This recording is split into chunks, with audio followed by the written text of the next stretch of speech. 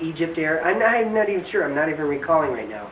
Because, again, the brand name on the plane doesn't matter. It's a 737 to me. They landed and they began to...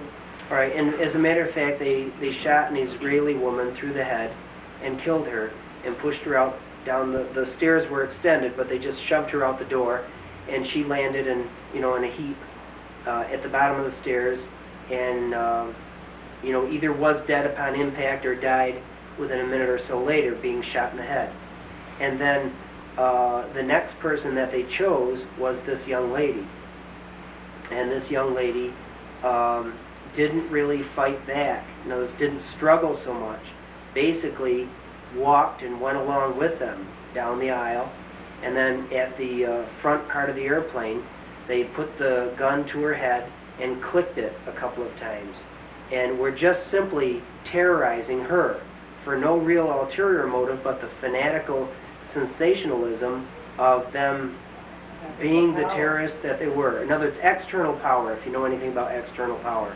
It was a thrill and a delight for them, psychotically you might say, to gain more of a sensational aspect, to have additional external power by threatening and abusing this subordinate of theirs.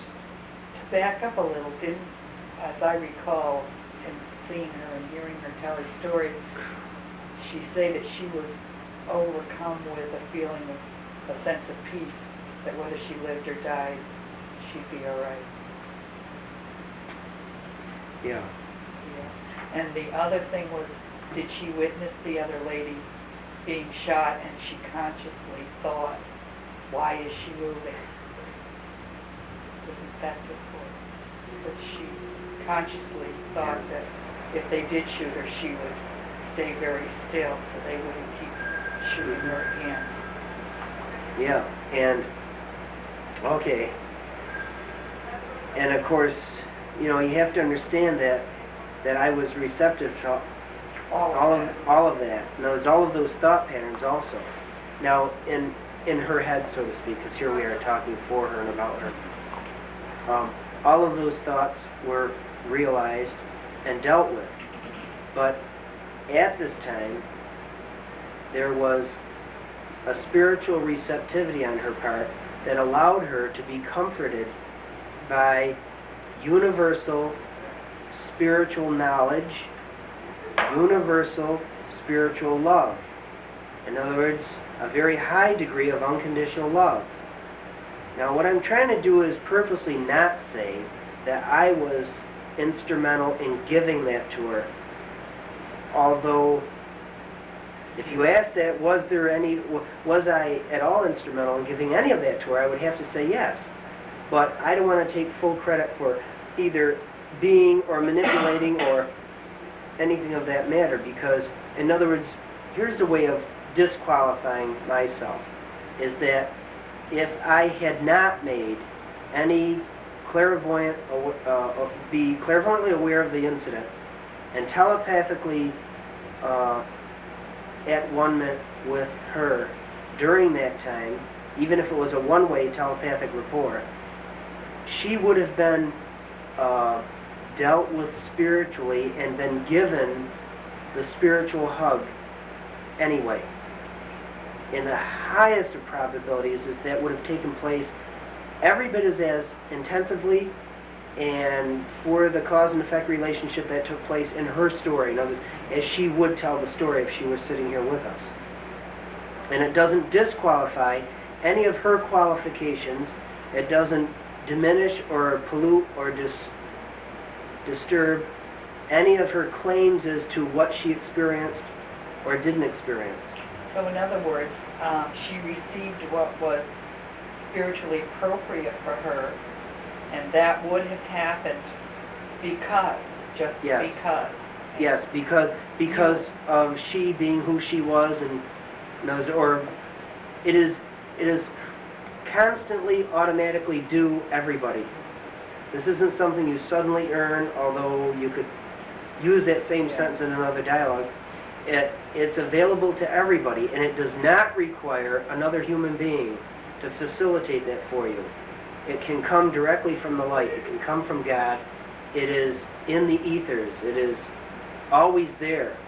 Universal unconditional love is always there for every one of us all of the time. And only we pollute and diminish ourselves from that. And that if we simply stop doing that, we will automatically experience. We are already justified and qualified to experiencing that unconditional love, which often is first perceived as this glorious hug, or this everything is going to be okay, or everything is okay. I mean, here you are getting physically beat up and traumatized and threatened with a disgusting death, and it can, even that dilemma situation, it can suddenly be okay, as crazy as that sounds. Because, again, to question me farther and say, Tom, are you saying that to know that you're about to get shot in the head and killed, you're going to say that you know that, well, I'm about to be shot in the head and killed, and it's really okay? The answer is yes, and that takes place. Well, she still realized that she had to do with her own free will, in other words, her own basic free will to live, the survival instinct, as well as her conscious or superconscious awareness that this might be survivable, that methodically and physically she should do several things, certainly not agitate these terrorists any further, because things will only get worse. And that if they shoot her once, she might not die. And that if they shoot her, no matter how, or if they push her out of the door and not shoot her or miss, or if they do accomplish shooting her, that even though it is going to hurt, it is going to be terrible, that she should just, no matter what happens, submit. And I mean that just right out of the dictionary, totally submit to her dilemma.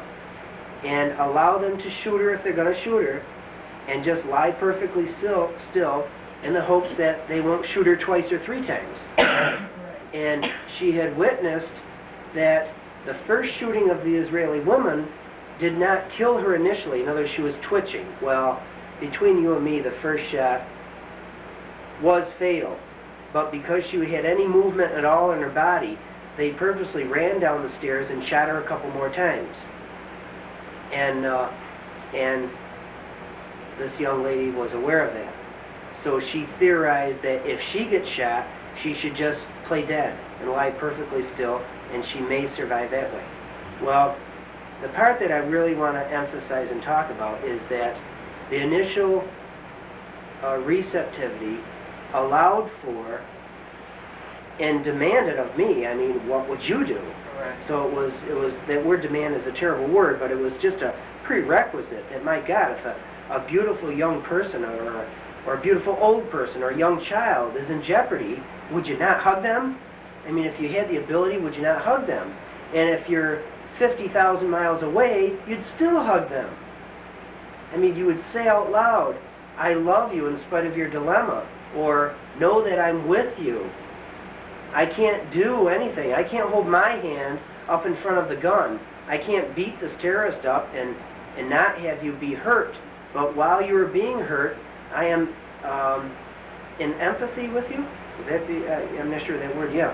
In other words, at least in empathy with you, and there's a degree of comfort in that, to know that you're at least not totally alone, that somebody or something is aware of your dilemma. Because oftentimes the trauma is emphasized and more traumatic, or mostly traumatic, by the loneliness aspect of it. That you're lost and you're alone, and that nothing or nobody can help you. And oftentimes people then turn to God, and God, of course, is ready, willing, and able to answer. So, with that automatic divine intervention, and with a degree, a most subtle degree of psychic receptivity, there was that combination hug of that which she received from God and that which she may or may not have perceived from me. But in part of my salvation to dealing with this methodically and still being in tune with this terrible traumatic thing and not going to pieces myself psychologically, the hug from me outwardly was actually returned instantly. In other words, to love outwardly, you will automatically, instantly get